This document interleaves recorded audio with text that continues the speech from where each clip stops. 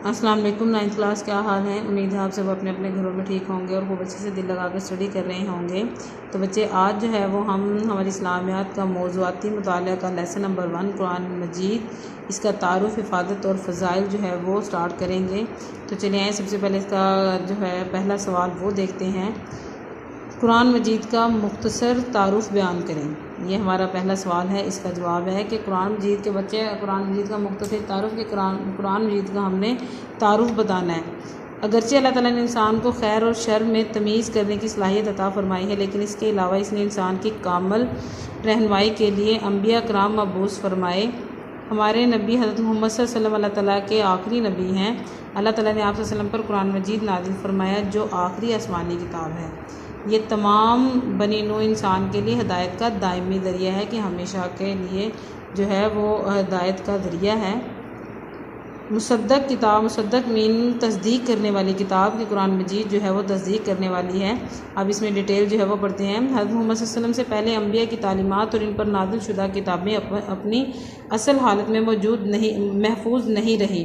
कुरान मजीद तमाम साबका आसमानी किताबों की तस्दीक करता है। साबका कि जो पहले आने वाली किताबें हैं उनकी तस्दीक करता है। कुरान मजीद में अल्लाह ताला का इरशाद है, बिस्मिल्लाहिर्रहमानिर्रहीम व अनज़लना इलैकल किताबा बिलहक्कि मुसद्दिक़न लिमा बैना यदैहि मिनल किताबी व मुहैमिनन अलैहि। ये सूरह अल-माइदा की आयत नंबर 48 है। इसका तर्जुमा है, और तुम्हारी तरफ हमने ये किताब नाजिल की है, ये हक़ लेकर आई है। इससे पहले जो आसमानी किताबें आईं इनकी तस्दीक करने वाली है और इनकी मुहाफ़िज़ व निगहबान है। कुरान मजीद को पिछली किताबों के लिए मुहैमिनुन कहने का मतलब ये है कि इन किताबों में जो तालीमात और अकायद अपनी असल हालत में महफूज ना रह सके, इन्हें कुरान मजीद ने अपने अंदर असर नो बयान करके महफूज कर लिया है कि स्टार्ट से जो है वो शुरू से अपने अंदर जो है वो शुरू की तमाम जो तालीमात हैं वो भी इस कुरान पाक में महफूज कर ली गई हैं। यही वजह है कि कुरान पाक की तालीमात पर पूरे इत्मीनान से हर ज़माने में अमल किया जा सकता है। उसके बाद नेक्स्ट हमारा पॉइंट है जामिया किताब की एक मुकम्मल किताब। कुरान मजीद इंसानी ज़िंदगी के तमाम पहलुओं का अहाता करती है। इसमें इंसानी ज़िंदगी की हकीकत, खैर व शर, हलाल व हराम, अखलाक की तालीमात वगैरह ज़िंदगी के हर पहलू के मुतालिक रहनुमाई मौजूद है। इस किताब में इंसान की उखरवी ज़िंदगी के मुतालिक भी तफसीली मालूमात है कि जो आखिरी ज़िंदगी है उसके मुतालिक भी तफसीली मालूमात इसमें मौजूद हैं और इस ज़िंदगी की अहमियत को नहायत पुर तासीर अंदाज में बयान किया गया है कि आखिरत के बारे में भी जो मालूमात जो है वो भी हैं और इस ज़िंदगी के बारे में भी पुर तासीर असर करने वाली बातें जो हैं वो एक पुर तासीर एक असर अंदाज होने वाले अंदाज में बयान की गई हैं। कुरान मजीद इंसान की इनफरादी इज्तिमाई ज़िंदगी, माशरती हकूक़ व फ़राइज़, माशी और इक़्तिसादी अमूर के मुतालिक बुनियादी हिदायत, सियासी और बैनुल-अक़वामी मामलात और इखलाकी रवैयों के मुतालिक जामिया तालीमात पेश करता है। मुख्तसरन ये कि कुरान पाक इंसानी ज़िंदगी के तमाम पहलुओं के बारे में ज़रूरी मालूमात और रहनुमाई फ़राहम करता है।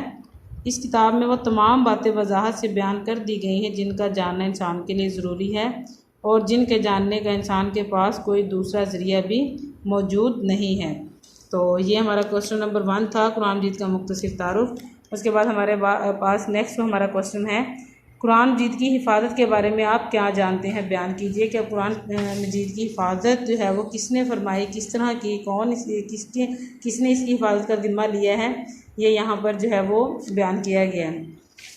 इसका जवाब पढ़ते हैं। कुरान मजीद अल्लाह ताला की आखिरी किताब है जो इसने अपने आखिरी पैगम्बर हज़रत मोहम्मद सल्लल्लाहु अलैहि वसल्लम पर नाजिल की। कुरान मजीद को दीगर आसमानी कुतुब के मुकाबले में ये खसूसियत हासिल है कि ये हर लिहाज से महफूज है। क़यामत तक कोई शख्स भी इसमें किसी किस्म की कोई तब्दीली नहीं कर सकता मगर कुरान मजीद के बारे में अल्लाह ताला का वादा है। इन्ना नहनु नज़्ज़लना ज़िक्रा व इन्ना लाहु लहाफ़िज़ून। ये सूरह हजर की आयत नंबर 9 है। इसका तर्जुमा है, बेशक हमने इस कुरान को नाजिल किया और हम ही इसकी हिफाजत करने वाले हैं। कि अल्लाह ताला खुद जो है वह बच्चे कुरान पाक की हिफाजत करने वाले हैं। अल्लाह ताला ने यही ज़िक्र नाजिल किया और वो खुद ही इसकी हिफाजत करने वाले हैं। हम देखते हैं कि अल्लाह ताला का कुरान मजीद की हिफाजत के बारे में वादा इस तरह पूरा हुआ कि पूरी दुनिया में मौजूद कुरान मजीद के नुस्खों में एक लफ्ज़ या हरफ का भी फ़र्क नहीं आया। मुख्तलिफ़ अदवार में कुरान मजीद की हिफाजत के लिए जो इक़दाम किए गए वो दर्ज झैल हैं कि मुख्तलिफ़ दौर में जो है वो कुरान पाक की हिफाजत के लिए क्या क्या इक़दाम किए गए वो यहाँ पे बयान किया गया है। सबसे पहला पॉइंट है अहद नबी सल्लल्लाहु अलैहि वसल्लम की में हिफाजत कुरान के हजूर पाक सल्लल्लाहु अलैहि वसल्लम के दौर में जो है वो कुरान की कैसे हिफाजत हुई।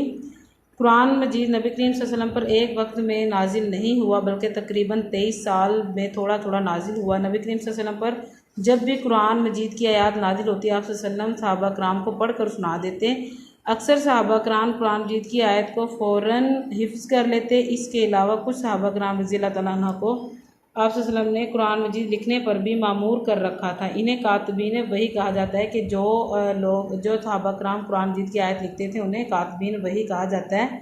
कुरान मजीद ज़्यादातर खजूर की छाल कि कुरान मजीद की आयत जो है वो किन पर लिखी जाती थी कि ज़्यादातर खजूर की छाल, ऊँट के शाने की चौड़ी हड्डी, चमड़े के टुकड़ों और पत्थर की तख्तियों वगैरह पर लिखा जाता था। नबी करीम सल्लल्लाहु अलैहि वसल्लम कातबीन वही की ये रहनुमाई भी फरमाते कि इन्हें किस सूरत में से पहले या बाद कौन सी सूरत में किन आयात के साथ लिखा जाए। मस्जिद नबवी में एक मुकाम जो मुतय्यन था कि एक मुकाम जो है वो फ़िक्स था कि जहाँ वो इबारत रख दी जाती थी। सहाबा कराम रज़ी अल्लाह तआला अन्हुम वहाँ से नकल करके ले जाते और याद कर लेते। हिफ्ज़ कुरान में इसलिए भी सहूलत थी कि कुरान के नाज़िल शुदा हिस्से की 5 नमाज़ों में तिलावत की जाती। इस तरह जो कुरान मजीद नाज़िल होता गया लिखा भी जाता रहा और हिफ्ज़ भी होता रहा। इस अमल में सिर्फ मर्द ही नहीं बल्कि ख़वातीन भी शामिल रहीं। नबी करीम सल्लल्लाहु अलैहि वसल्लम की हयात तैयबा में ही मुकम्मल कुरान करीम अक्सर उम्महातुल मोमिनीन सहाबा कराम रज़ी अल्लाह तआला और सहाबियात को हिफ्ज़ हो चुका था और मुतअद्दिद सहाबा कराम ने इसकी मुकम्मल नक़ूल भी तैयार कर ली थी कि बहुत ज़्यादा सहाबा कराम ने आप सल्लल्लाहु अलैहि वसल्लम के दौर में ही इसकी नकलें जो हैं वो तैयार कर ली थी। उसके बाद हमारा नेक्स्ट पॉइंट है अहद अबू बकर में हिफाजत कुरान के अबू बकर सिद्दीक़ रज़ी अल्लाह तआला के दौर में कुरान की हिफाजत कैसे हुई। नबी करीम सल्लल्लाहु अलैहि वसल्लम की रहलत के बाद कि हज़ूर सल्लल्लाहु अलैहि वसल्लम के वफ़ात पाने के बाद अबू बकर सिद्दीक़ रज़ी अल्लाह तआला अन्हु ने नबी करीम सल्लल्लाहु अलैहि वसल्लम के लिखवाए हुए तमाम अज्जा को आप सल्लल्लाहु अलैहि वसल्लम की मुकर्रर करदा तरतीब के मुताबिक यकजा करवा के महफूज कर दिया। आयात की तरतीब और सूरतों के नाम वही थे जो हज़रत मोहम्मद सल्लल्लाहु अलैहि वसल्लम ने अल्लाह के हुक्म से मुकर्रर फरमाए थे कि हज़रत अबू बकर सिद्दीक़ रज़ी अल्लाह तआला अन्हा जो हैं वो इन्होंने तमाम अज्जा को जो है वो एक जगह आप सल्लल्लाहु अलैहि वसल्लम की मुकर्रर करदा तरतीब के मुताबिक जो है वो यकजा करके महफूज किया था। उसके बाद नेक्स्ट पॉइंट है अहद उस्मानी में हिफाजत कुरान के हज़रत उस्मान रज़ी अल्लाह तआला अन्हा के दौर में कुरान की हिफाजत कैसे हुई। हज़रत उस्मान रज़ी अल्लाह तआला के ज़माने में इस्लामी सल्तनत का दायरा वसी हुआ तो अहले अरब और अहले अजम की क़िरात में इख्तिलाफ़ पैदा हुआ कि इनके पढ़ने में अहले अरब और अजम के पढ़ने में जो है वो इख्तिलाफ़ पैदा हुआ। हज़रत उस्मान रज़ी अल्लाह तआला ने मुसलमानों को इस इख्तिलाफ़ से बचाने के लिए अहद सिद्दीकी के सहीफ़ों को बुनियाद बनाकर कुरैशी क़िरात के मुताबिक कुरान को दोबारा मरतब करवाया। क्या हज़रत उस्मान रज़ी अल्लाह तआला अन्हु ने जो है वह अबू बकर सिद्दीक़ रज़ी अल्लाह अन्हु के महफूज करवाए हुए अज्जा को जो है वो कुरैशी क़िरात के मुताबिक दोबारा इसको मरतब करवाया। एक सहीफ़ा जो है वो मदीने में रखा गया और एक सहीफ़ा हर सूबे के मरकज़ में भेज दिया गया। हज़रत उस्मान को इनके इसी कारनामे की वजह से जामिउल कुरान कहते हैं। आज तक कुरान मजीद इसी शक्ल में मौजूद है जैसे हज़रत उस्मान रज़ी अल्लाह तआला अन्हु ने मदून करवाया था कि देखिए हज़रत उस्मान रज़ी अल्लाह तआला अन्हु ने जो है वो बच्चे दोबारा कुरान पाक को कुरैशी क़िरात में जो है वो मरतब करवाया था।